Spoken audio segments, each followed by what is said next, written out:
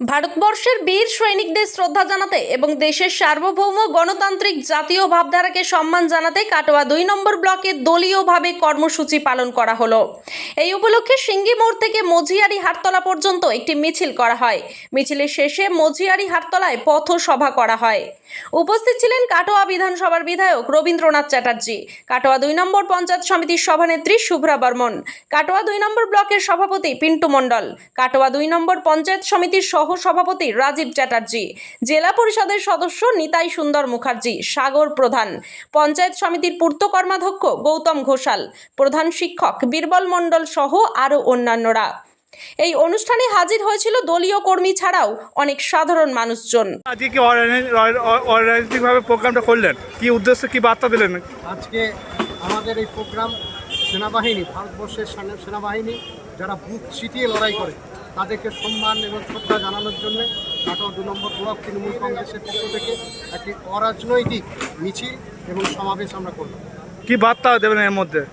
আমাদের বার্তা একটাই, আমাদের পশ্চিমবাংলা ধর্মনিরপেক্ষ, আমরা পশ্চিমবঙ্গবাসী, আমরা চাই সীমান্তে সন্ত্রাস বন্ধ হোক, পশ্চিমবাংলা সহ ভারতবর্ষের মানুষ শান্তিতে ঘুমোক, এটাই আমরা চাই।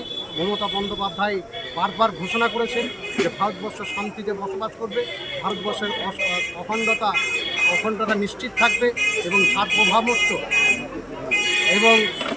সার্বভৌমত্ব আমাদের যে অধিকারটা বজায় থাকবে।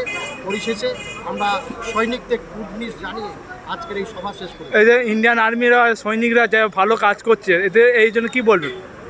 আমাদের ইন্ডিয়ান আর্মি যারা, তারা তো প্রতিনিয়তই ভালো কাজ করে, তারা চিরকালই ভালো কাজ করবে, এই আশাই ভরসা তাদের প্রতি আমাদের। এটা যুদ্ধ পরিস্থিতি প্রাককালে আমরা এরকম অনুষ্ঠান সৈনিকদের প্রতি শ্রদ্ধা জানাতে পারছেন, কেমন লাগছে এক অনুষ্ঠানটা করতে পেরে? নিশ্চিতভাবেই সেনাবাহিনীকে আমরা শ্রদ্ধা জানিয়েছি, এটা আমরা নিজেরা গর্বিত এবং আমরা চাই সেনাবাহিনী সুন্দরভাবে কাজ করুক এবং তাদের নিরাপত্তা যাতে বিঘ্নিত না হয় সেই বিষয়টাও আমাদের দেখতে হবে।